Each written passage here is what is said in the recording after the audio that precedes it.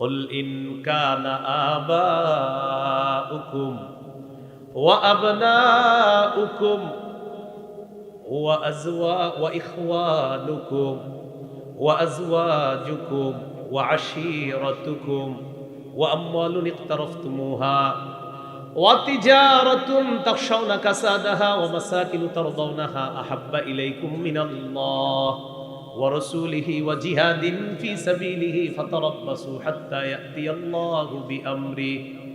আল্লাহ তাআলা বলেন, কুল ইন কানা আবাউকুম, যদি তোমাদের মা বাবা, ওয়া আবনাউকুম, যদি তোমাদের সন্তান, ওয়া ইখওয়ানুকুম, যদি তোমাদের ভাই বোন, ওয়া আজওয়াজুকুম, যদি তোমাদের বিবি, ওয়া আশীরাতুকুম, যদি তোমাদের পরিবার রক্তের সম্পর্ক আত্মীয় স্বজন, ওয়া আমওয়ালুন ইখতারাফতুমুহা, যদি তোমাদের উপার্জিত সম্পদ, ওয়া তিজারাতুন তাখশাউনা কাসাদাহা, তোমাদের প্রিয় ব্যবসা, যে ব্যবসায় লস হয়ে গেলে তোমাদের অনেক টেনশন হবে। ৮ নাম্বার, ওয়া মাসাকিনু তারদাউনাহা, তোমাদের প্রিয় বাসস্থান। এই ৮টা জিনিস যদি আহাব্বা ইলাইকুম মিনাল্লাহ, যদি আল্লাহর চাইতে বেশি প্রিয় হয়, ওয়া রাসূলিহি, রাসূলের চাইতে বেশি প্রিয় হয়, ওয়া জিহাদিন ফি সাবিলিহি, আল্লাহর রাস্তায় করার চাইতে যদি বেশি প্রিয় হয়, আল্লাহ তাআলা বলেন ফাতারাব্বাসু, অপেক্ষা করো, হাত্তা ইয়াতিয়াল্লাহু বিআমরি, আল্লাহ গজব নিয়ে আসবে, এই গজবের অপেক্ষা করো। নাউজুবিল্লাহ। আয়াত থেকে আমরা বুঝতে পারলাম এই ৮টা জিনিসের চাইতে আল্লাহকে বেশি ভালোবাসা, রসুলকে বেশি ভালোবাসা, জিহাদকে বেশি ভালোবাসা, এই ৮টা পছন্দনীয় জিনিসের চাইতে আল্লাহ রসুলকে বেশি ভালোবাসতে হবে। আল্লাহ আমাদেরকে কথাগুলা বোঝার তৌফিক দান করেন। তিরমিজির বর্ণনা ১৬৫৫ নম্বর হাদিস, ১৬৫৫ নম্বর হাদিস। এই হাদিসের মধ্যে আছে, ক্বালা রাসূলুল্লাহ সাল্লাল্লাহু আলাইহি ওয়াসাল্লাম, নবীজি সাল্লাল্লাহু আলাইহি ওয়াসাল্লাম বলেন, লা ইউকলামু আহাদুন ফি সাবিলিল্লাহ ওয়াল্লাহু আ'লামু বিমান ইউকলামু ফি সাবিলিহি, কোন ব্যক্তি যদি ময়দানে আহত হয়, নিহত হয়, জিহাদের ময়দানে, আল্লাহ তাআলা ভালো জানেন কে আহত হবে আর কে নিহত হবে। ইল্লা জাআ ইয়াউমাল কিয়ামাহ ওয়াল লাউনু লাউনুদ দাম ওয়া রিহুহু রিহুল মিস। নবীজি বলেন, এই ব্যক্তি কিয়ামতের ময়দানে এমন অবস্থায় উঠবে, তার রং হবে রক্তের রং, আর ওই রং থেকে মেশক আম্বরের ঘ্রাণ বের হবে। মুস্তাফা। আম্মা বা'দু ফাআউযু বিল্লাহি মিনাশ শাইতানির রাজীম। বিসমিল্লাহির রহমানির রহিম।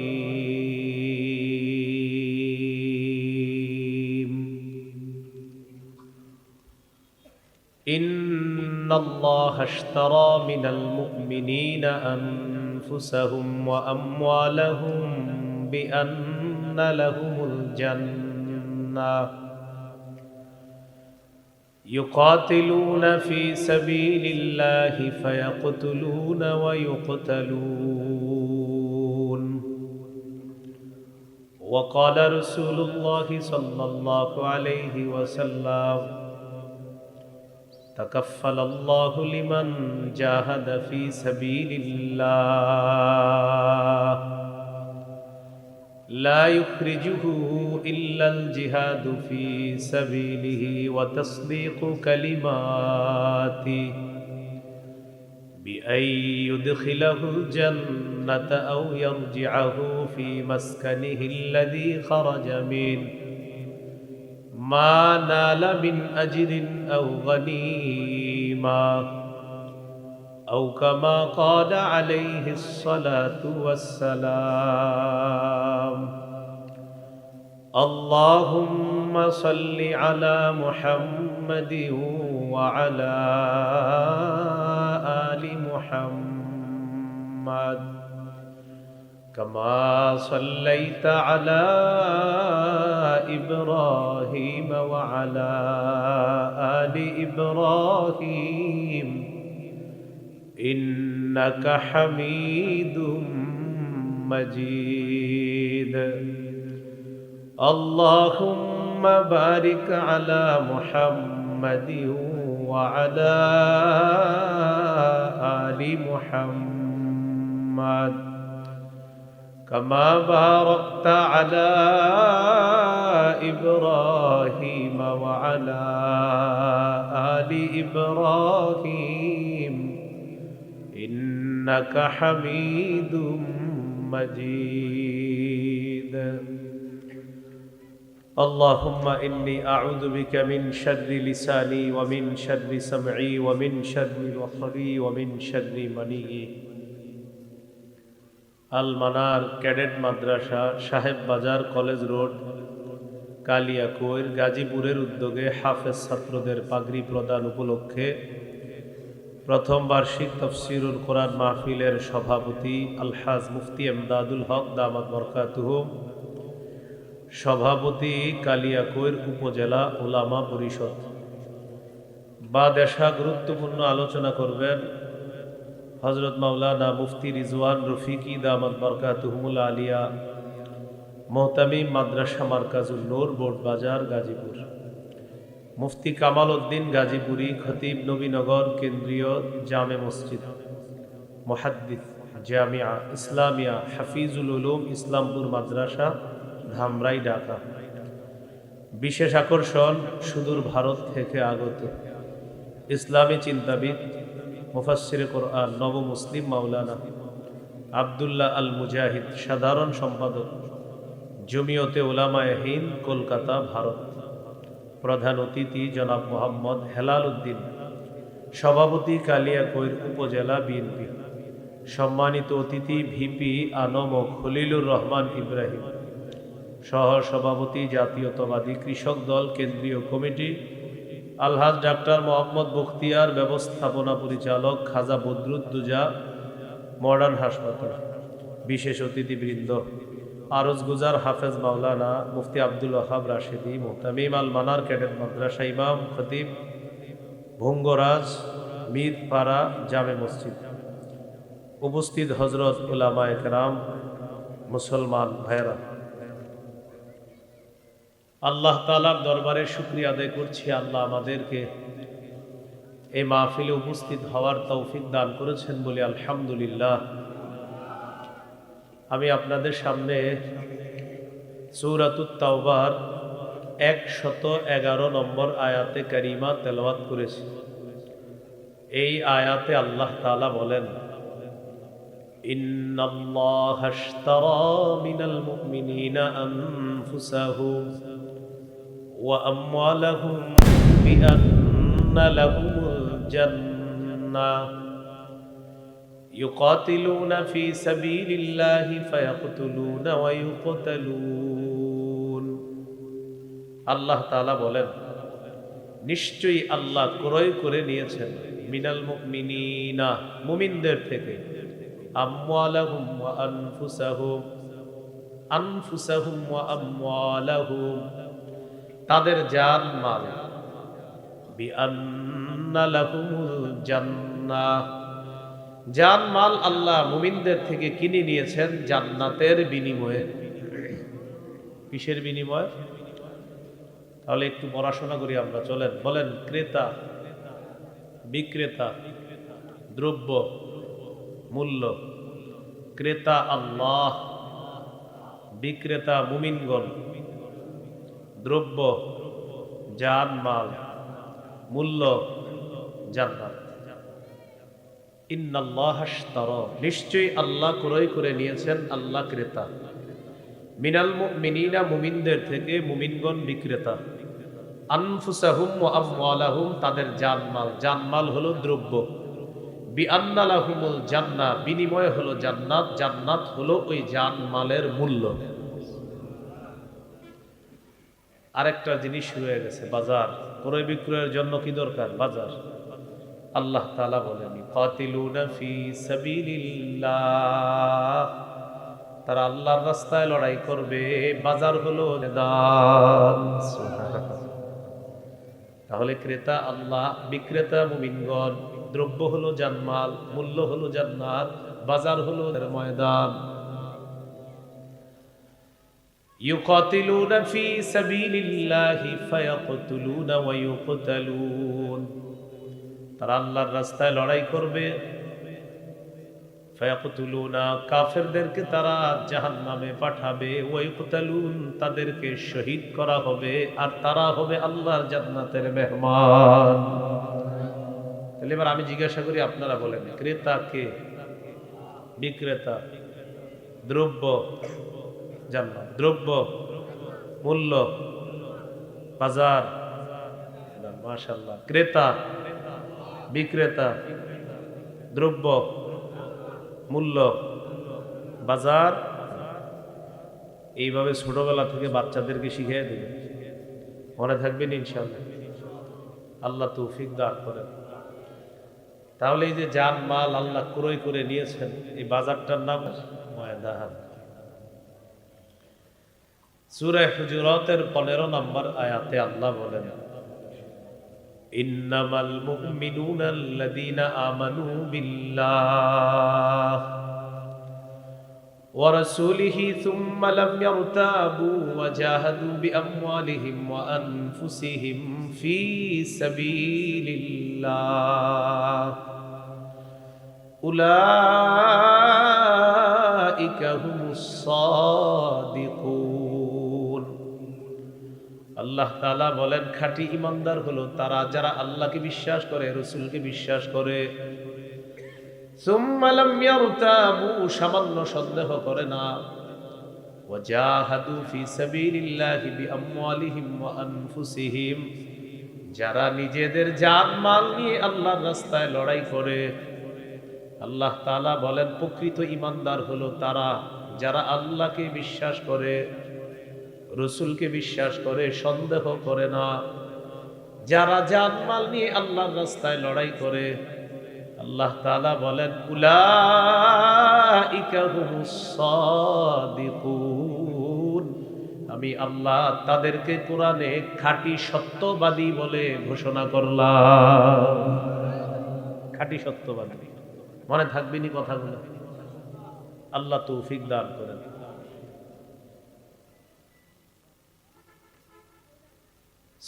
সুনানে আবু দাউদ হাদিসের কিতাব, এই আবু দাউদের 2504 নম্বর হাদিস, 2504 নম্বর হাদিস। قال رسول الله صلى الله عليه وسلم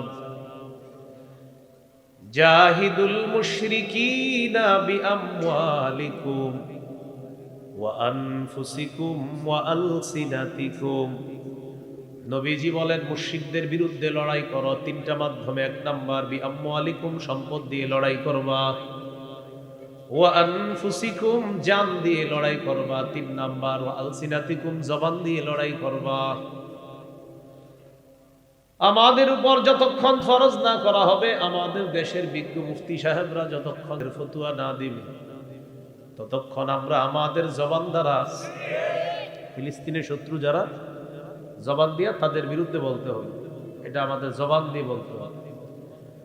তো 1 নম্বরে বলছে বিআমওয়ালিকুম, জান দিয়ে লড়াই করবা, সম্পদ দিয়ে লড়াই করবা। 2 নাম্বার ও আনফুসিকুম, জান দিয়ে লড়াই করবা। 1 নাম্বার সম্পদ। সঠিক কোন সোর্স যদি পান, ওই সোর্সের মাধ্যমে টাকা পয়সা পাঠায়া তাদেরকে সম্পদ দিয়ে সাহায্য করবে। এই হলো সম্পদ দিয়ে লড়াই করা। 2 নাম্বার আনফুসিকুম, জান। জান দিয়ে কখন লড়াই করব? দেশের শীর্ষস্থানীয় বিজ্ঞ মুফতি সাহেবরা ফতোয়া দিবে যখন, তখন। ওয়া আলসিনাতিকুম, জবান দিয়ে করবা, লড়াই করবা।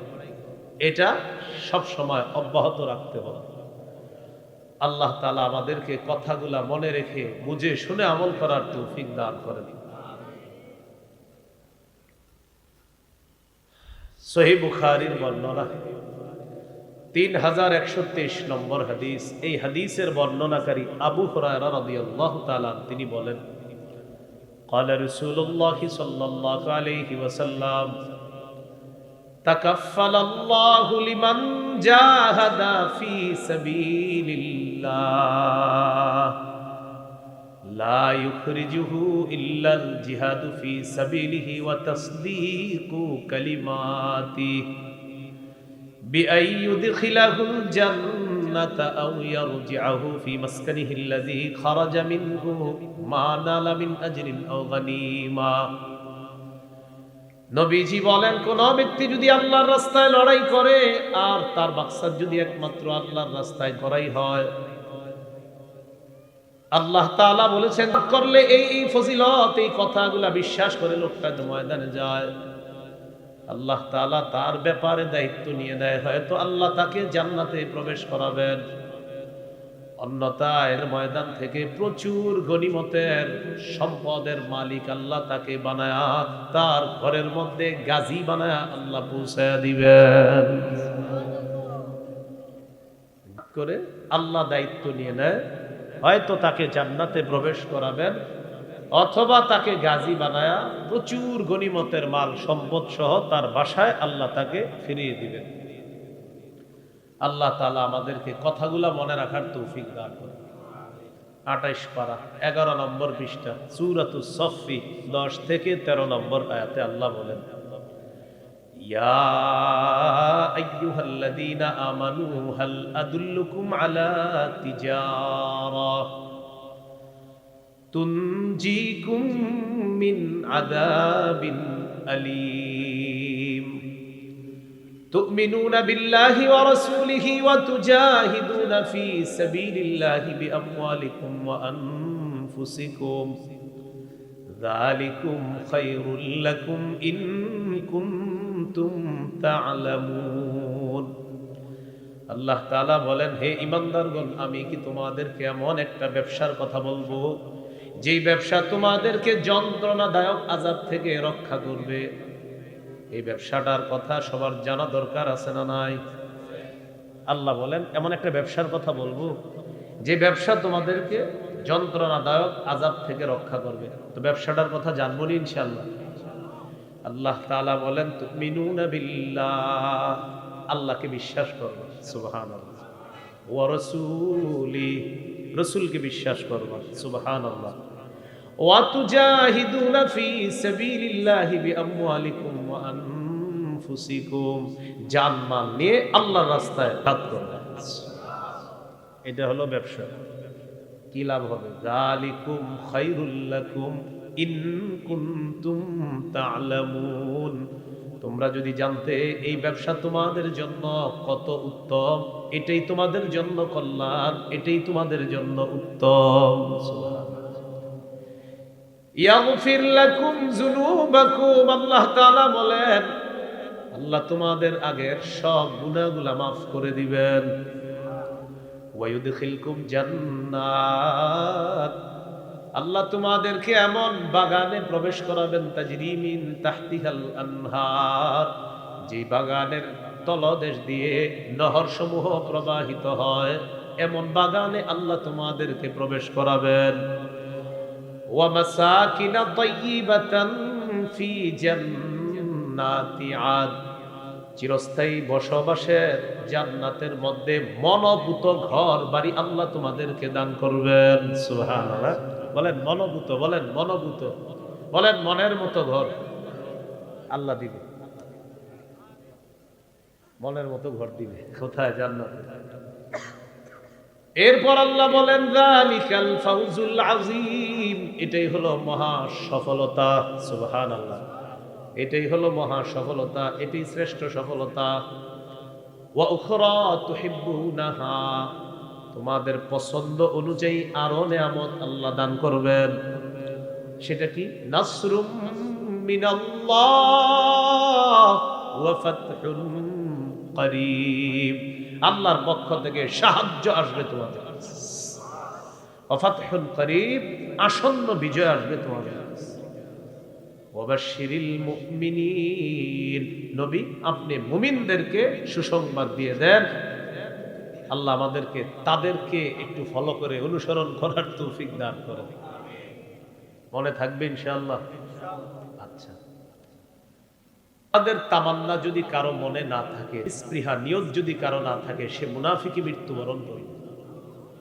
জোরে নাউজুবিল্লাহ। সহিহ মুসলিমের বর্ণনা 1910 নম্বর হাদিস, 1910 নম্বর হাদিস, মাদ্রাসা পাঠ্যপুস্তক অনুসারে। قال رسول الله صلى الله عليه وسلم من مات ولم يغزو ولم يحدث به نفسه مات على شعبة من النفاق। রাসূলুল্লাহ সাল্লাল্লাহু আলাইহি সাল্লাম বলেন, কেউ যদি মারা যায় আর সে যদি নিয়ত না রাখে, সে যদি জিহাদ না করে এবং জিহাদের সংকল্প না করে সে যদি মারা যায়, নবী বলেন সে মুনাফিকই মৃত্যুবরণ করবে।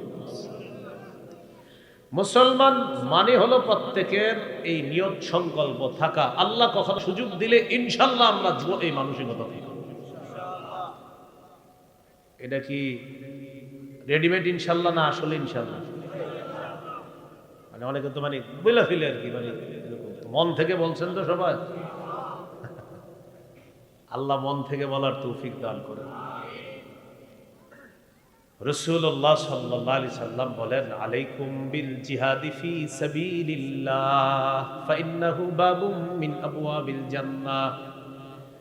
নবীজি বলেন, তোমরা আল্লাহর রাস্তায় জিহাদ করা অবধারিত করে নাও। আমি নবী বলে দিলাম, জিহাদ হলো জান্নাতের দরজা সমূহের একটা দরজা। জান্নাতের একটা দরজা হলো জিহাদ। قال رسول الله صلى الله عليه وسلم من قاتل في سبيل الله فوق ناقة وجبت له الجنة। দুইবার দুধ পান করলেন ওটের, একবার দুইবার। এই দুইবার ওটের দুধ পান করার মাঝে যেই সময়টা, এতটুকু পরিমাণ কেউ যদি আল্লাহর রাস্তায় লড়াই করে তার জন্য জান্নাত ওয়াজিব হয়ে যায়।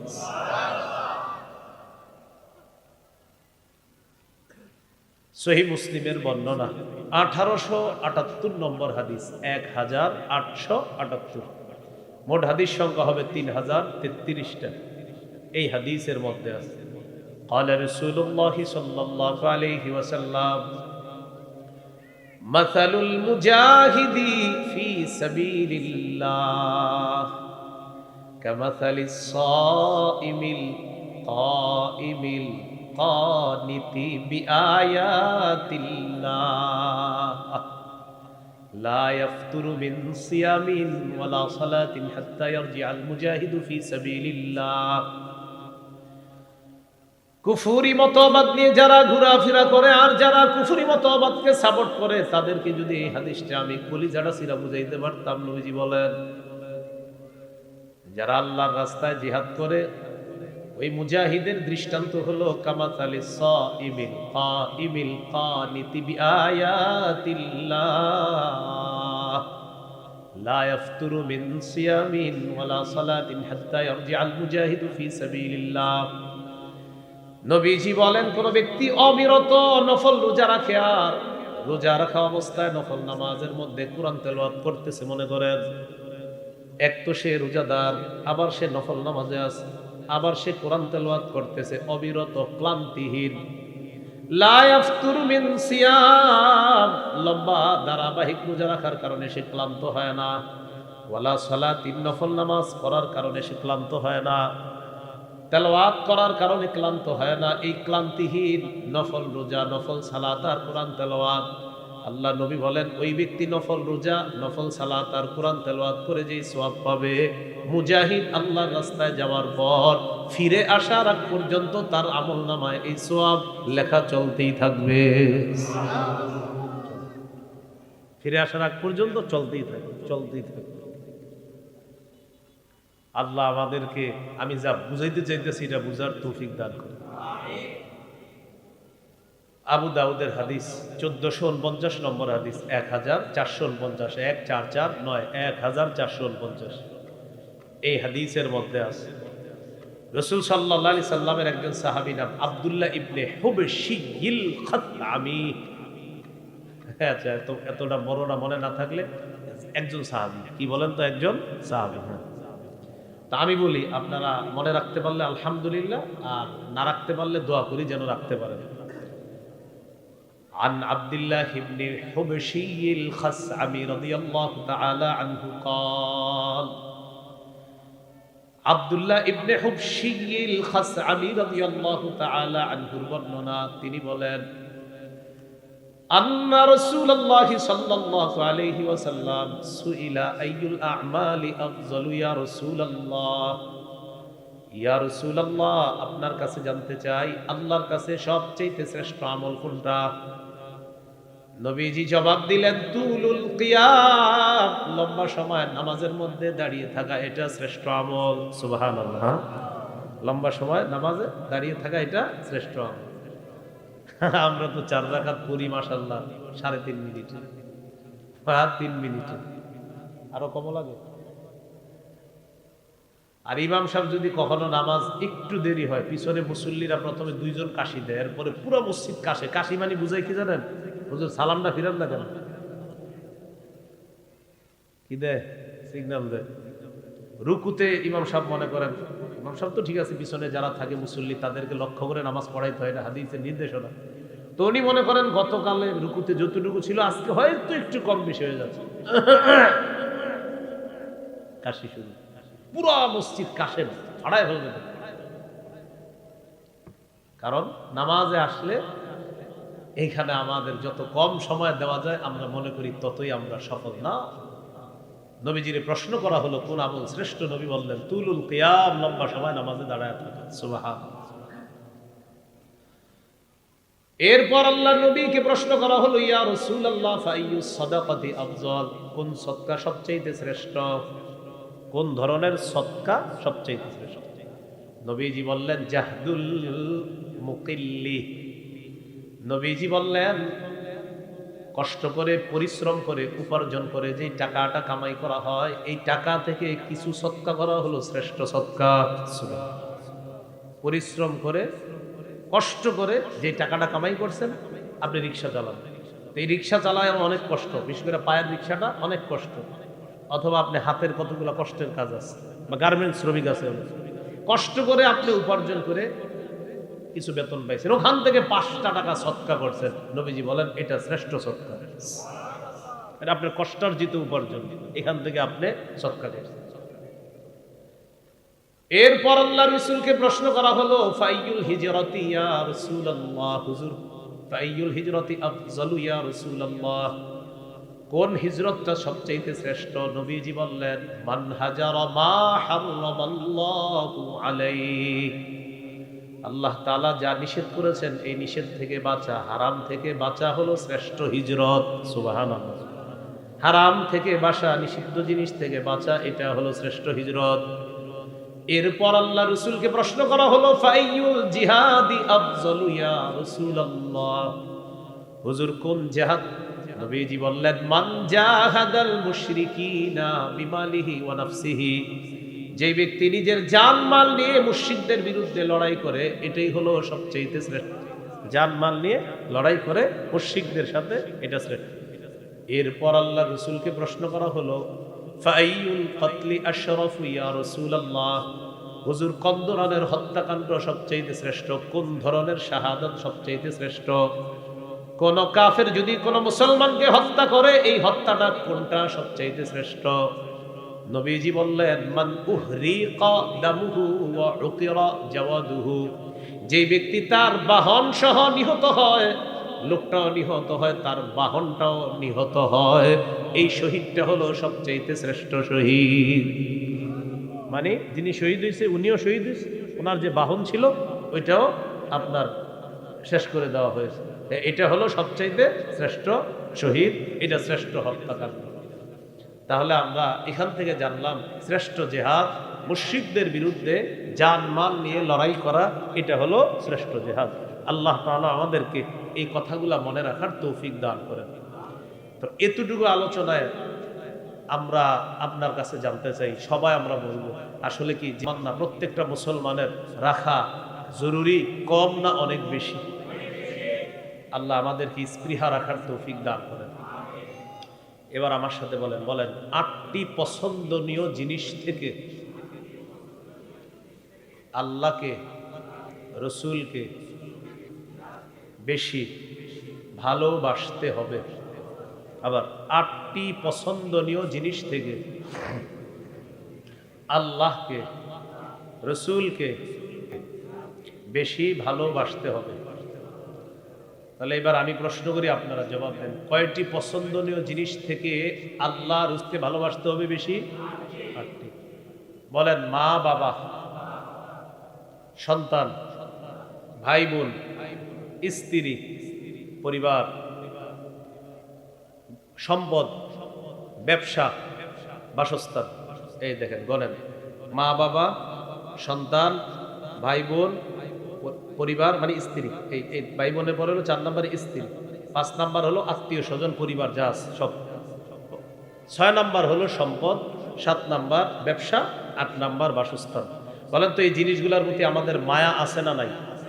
এগুলার চেয়ে বেশি মহব্বত করতে হবে আল্লাহকে, রসুলকে, জিহাদকে। আগে ধমকটা শোনেন, ধমকের পরে আমরা বিপরীতটা জেনে নিব। আল্লাহ কি বলে দেখেন।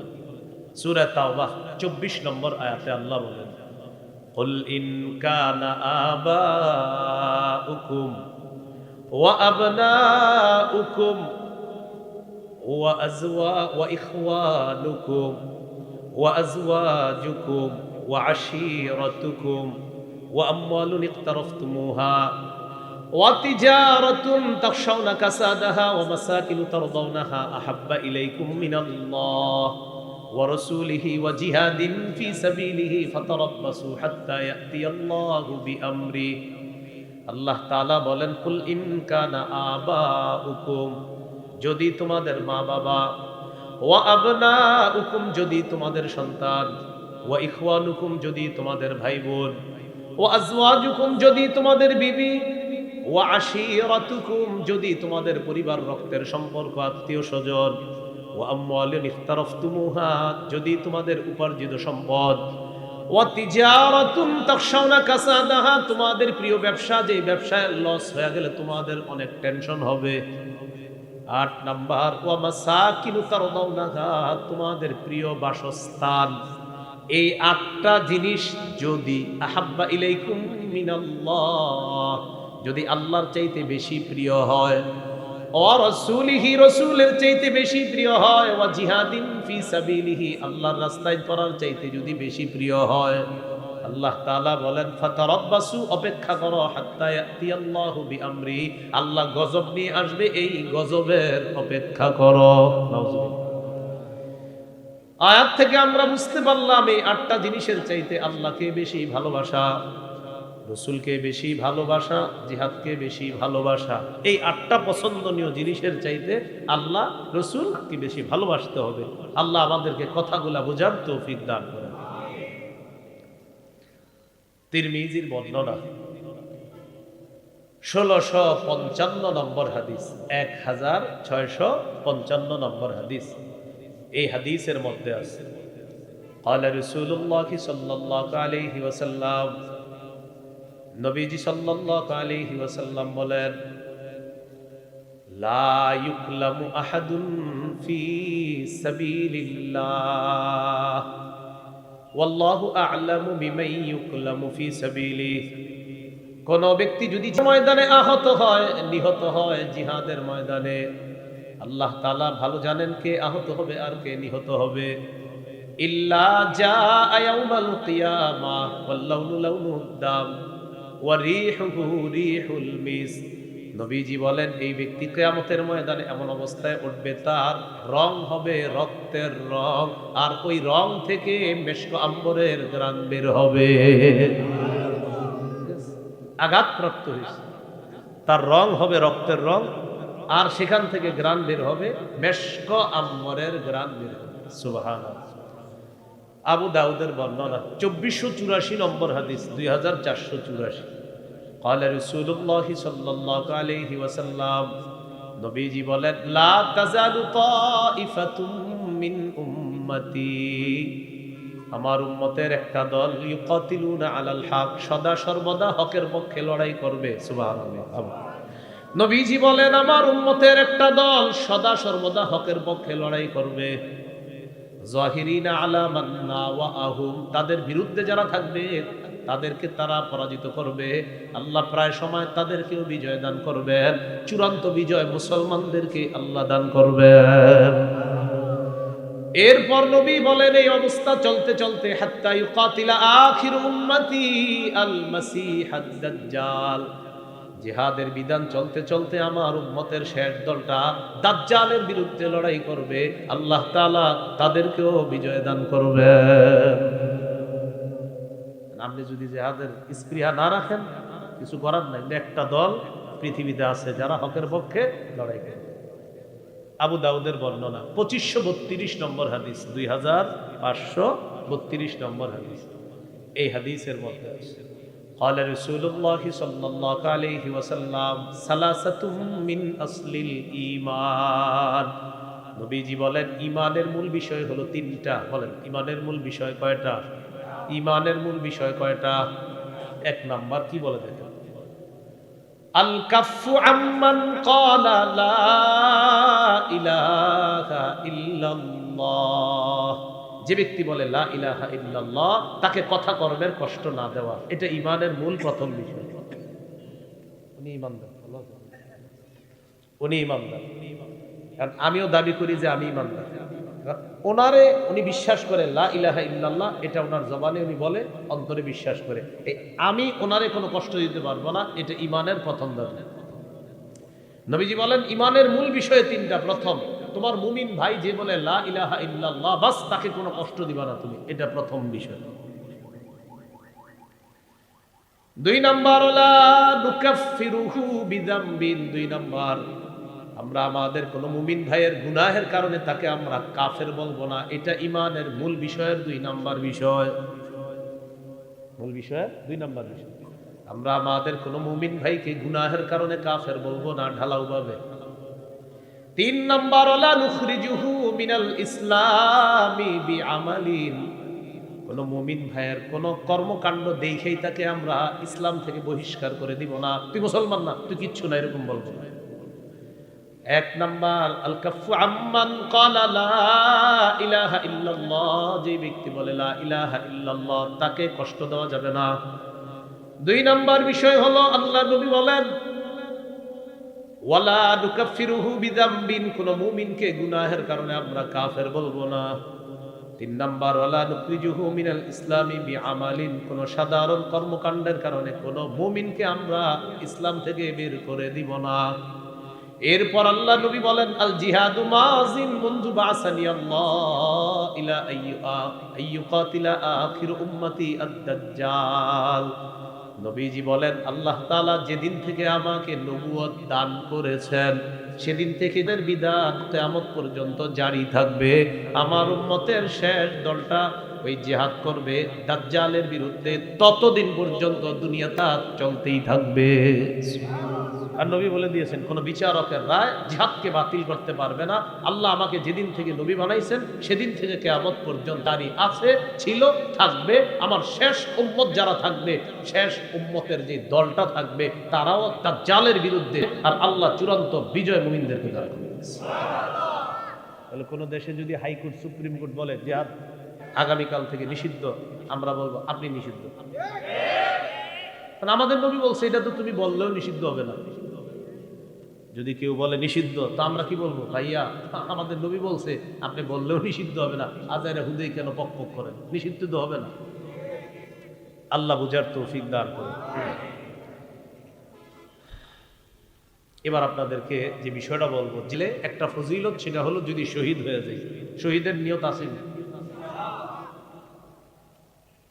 কালিয়াকৈর নাকি সাহেব বাজার, কালিয়াকৈর এলাকার থেকে কেউ নিয়ত করছেন আমি শহীদ হব, দিল থেকে নিয়ত করছেন আমি শহীদ হব, এবং আসলে আপনার নিয়তটা পাক্কা, এরকম না মানুষকে দেখানোর জন্য, আপনি বাস্তবিক নিয়ত করছেন আল্লাহ আপনি যদি আমাকে কখনো শহীদ হওয়ার সুযোগ দিতেন, আল্লাহ আমি শহীদ হব, আল্লাহ আমার পুরা তামান্না, বাবুদ আপনি সুযোগ দিলে আমি শহীদ হব। এটা আপনার দিলের ইরাদা, নিয়ত, পাক্কা নিয়ত। আর নিয়তটা জানে কে সবচেয়ে বেশি? আল্লাহ। হাদিস শোনেন কি বলে, সহিহ মুসলিমের বর্ণনা 1909 নম্বর হাদিস, 1909 নম্বর হাদিস, মাদ্রাসা পাঠ্যপুস্তক অনুসারে মোট হাদিস সংখ্যা হবে 3033টা। قال رسول الله صلى الله عليه وسلم, নবীজি বলেন মান সাআলাল্লাহ আশ-শাহাদাতা বিসিদকিন বাল্লাগাহুল্লাহু মানাজিলাশ শুহাদাই ওয়া ইন মাতা আলা ফিরাশিহি। কোন ব্যক্তি যদি দিল থেকে নিয়ত করে আল্লাহ আমি শহীদ হব, সে যদি কালিয়াকোট থেকে নিয়তটা করে, কালিয়াকোট তার ঘরের বিছানায় যদি সে মারা যায়, আল্লাহ তাকে শহীদদের মর্যাদায় পৌঁছে দেবে। নিয়ত আছে, আল্লাহ তৌফিক দান। তাহলে এটা হলো, এরপরে গেল শহীদের আলোচনা। দিয়ে আমাদের আলোচনার একটু পরীক্ষা হয়ে যায়। ক্রেতাকে, বিক্রেতা, দ্রব্য, মূল্য, বাজার, মাশাআল্লাহ, ক্রেতা, বিক্রেতা, দ্রব্য, মূল্য, বাজার, যে সেখানে গেলে যদি শহীদ হয় তাহলে কি হবে। তিরমিজির একটা বর্ণনা শোনাই, শোনানোর পর আপনাদেরকে সূরা আলী ইমরানের 169 নম্বর আয়াতের ব্যাখ্যাটা বলবো ইনশাআল্লাহ। ওখানে শুনলে বুঝতে পারবেন। তিরমিজির বর্ণনা 1663 নম্বর হাদিস। এই হাদিসের মধ্যে আছে قال رسول الله صلى الله عليه وسلم للشهيد عند الله ست خصال। যে ব্যক্তি শহীদ হবে এই ব্যক্তির জন্য আল্লাহর কাছে স্পেশাল 6টা পুরস্কার আছে। সুবহানাল্লাহ। কয়টা? এক নম্বর, ইগফার লাহু ফি আউয়ালি দাফাতিন ওয়া ইউরা মাকআদুহু মিনাল জান্নাহ। এক নম্বর, শহীদের শরীরের রক্তের প্রথম ফোঁটাটা মাটিতে পড়ার সাথে সাথে তার আগের সব গুনাহ মাফ করে দেওয়া হয়। শুধু তাই নয়, নগদ তাকে তার জান্নাতের আসনটা দেখানো হয়। না, এটা বুঝাইতে পারিনি, আবার বলি। শহীদ মনে করেন পড়তেছে মানে উনি শহীদ হয়ে যাবে। এই শহীদ হতে হতে তার রক্তের ফোঁটা পড়তেছে আর তার জান্নাতের আসন আল্লাহ তাকে দেখাচ্ছে। এক নম্বর। দুই নম্বর, ওয়ায়ুজারু মিন আযাবিল কবরি, তাকে কবরের আযাব থেকে নিরাপত্তা দেওয়া হবে। তিন নম্বর, ওয়ায়ামানু মিনাল ফাজাইল আকবার, কিয়ামতের ময়দানের বিভীষিকাময় মুহূর্ত থেকে সে নিরাপত্তা লাভ করবে। কোন কোন মুহাদ্দিসের ব্যাখ্যা হলো কবরের আযাব থেকে যেমন রক্ষা হবে, তিন নাম্বারটা হলো ওয়ায়ামানু মিনাল ফাজাইল আকবার, জাহান্নামের আযাব থেকে সে নিরাপত্তা লাভ করবে। তাহলে আল ফাজাউল আকবার একটা হলো কিয়ামতের ময়দানের বিভীষিকাময় মুহূর্ত, আর একটা হতে পারে জাহান্নামের আযাব। চার নাম্বার, ওয়ায়ুদাউ আলা রাসিহি তাজুল ওয়াকারিল ইয়াকুতা খায়রুম মিনাদ দুনিয়া ওয়া মা ফিহা। জান্নাতের মরমর পাথর দ্বারা খচিত মুকুট আল্লাহ তাআলা বানাবেন, ওই মুকুটটা শহীদের মাথায় পরিয়ে দেওয়া হবে। যেই পাথর খচিত মুকুট আল্লাহ পরিয়ে দিবেন, পাথরটা কেমন? নবীজি বলেন খায়রুম মিনাদ দুনিয়া ওয়া মা ফিহা, দুনিয়া আর দুনিয়ার মাঝে যা কিছু আছে সবকিছুর চাইতে উত্তম। এই হাদিসগুলো শুধু কান দিয়ে ঢুকাইলেন আর বের করলেন এমন না, বাস্তবিকই দিলের মধ্যে আনবেন যে আসলে ওই পাথর দুনিয়া আর দুনিয়ার মধ্যে যা আছে এর সবকিছুর চাইতে উত্তম। এটা আনবেন দিলের মধ্যে যে আসলে উত্তম। পাঁচ নাম্বার, ওয়ায়ুযাওয়াজু সিনতাইনি ওয়া সাবঈনা যাওজাতাম মিনাল হুরিল ঈন, ৭২ জন হুরের সাথে তার বিয়ে দেওয়া। ছয় নম্বর, ওয়াশাফাউ ফি সাবঈনা মিন আকারিবিহি, তার নিকট আত্মীয়ের ৭০ জনের ব্যাপারে আল্লাহ তাআলা তার সুপারিশ কবুল করবেন। এই ৬টা স্পেশাল শহীদের জন্য, ৬টা স্পেশালিটি থাকবে তার। কয়টা? ৬টা। এবার তিরমিজির আরেকটা হাদিস শোনেন, ১৬৬১ নম্বর হাদিস, ১৬৬১ নম্বর হাদিস। এই হাদিসের মধ্যে আছে قال رسول الله صلى الله عليه وسلم, নবীজি সাল্লাল্লাহু আলাইহি ওয়াসাল্লাম বলেন, মা মিন আহাদিন মিন আহলিল জান্নাতি ইয়াসুরুহু আইয়ারজিআ ইলা দুনিয়া গায়রুশ শাহীদ, যারা জান্নাতের মধ্যে থাকবে তাদের কেউ দুনিয়াতে আসতে চাইবে না আবার, তবে শহীদরা আবার আসতে চাইবে। সুবহানাল্লাহ। জান্নাতে যারা থাকবে তারা কেউ দুনিয়াতে আসতে চাইবে না, তবে শহীদরা আবার আসতে চাইবে। فإنه يحب أن يرجع إلى الدنيا ويقول حتى أقتل 10 مرات مما يرى مما أعطاه الله من الكرامة। শহীদকে আল্লাহ শাহাদাতের যে পুরস্কার দান করবেন, এই পুরস্কার পাওয়ার আশায় শহীদ বলবে আমার আবার দুনিয়াতে যাইতে মন চায়, আবার আমাকে শহীদ করা হোক, আবার আমি দুনিয়াতে যাব, আবার আমাকে শহীদ করা হোক। এই এইভাবে আমারে যদি কমপক্ষে 10-12 শহীদ করা হয়, আমি দুনিয়াতে আবার যাইতে চাই শহীদ হয়ে, আবার আল্লাহর কাছে শহীদের পুরস্কার আবার পাইতে চাই। আবার যাব, আবার পাবো, আবার যাব। সহিহ বুখারীর বর্ণনা 2797, 2797 নম্বর হাদিস। قال رسول الله صلى الله عليه وسلم, নবীজি বলেন, ওয়াল্লাযী নাফসি বিয়াদিহি, ওই আল্লাহর কসম, লাওয়াদিতু আন্নী উকতাল সুম্মা উহইয়া সুম্মা উকতাল সুম্মা উহইয়া সুম্মা উকতাল সুম্মা উহইয়া সুম্মা উকতাল সুম্মা উহইয়া সুম্মা উকতাল। নবীজি বলেন, আল্লাহর কসম, আমার মন চায় আমাকে শহীদ করা হোক, আবার আমি জিন্দা হব, আবার আমাকে শহীদ করা হোক, আবার আমি জিন্দা হব, আবার আমাকে শহীদ করা হোক, আবার আমাকে জিন্দা করা হবে। নবীর হাদিস দ্বারা বোঝা যায়, আমি যতবার শহীদ হব আবার ততবার জিন্দা হতে চাই, আবার ততবার শহীদ হতে চাই। এবার সূরা আলী ইমরানের 169 নম্বর আয়াতের ব্যাখ্যাটা শুনেন।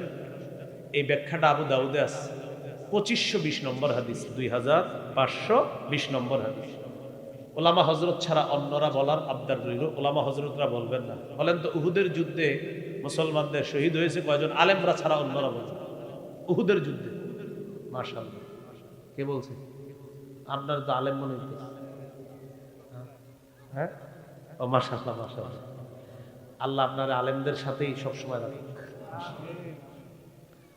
দেখছেন প্রফেসর মানুষ, বেশভূষা কত সুন্দর। হ্যাঁ, আল্লাহ কবুল করেন।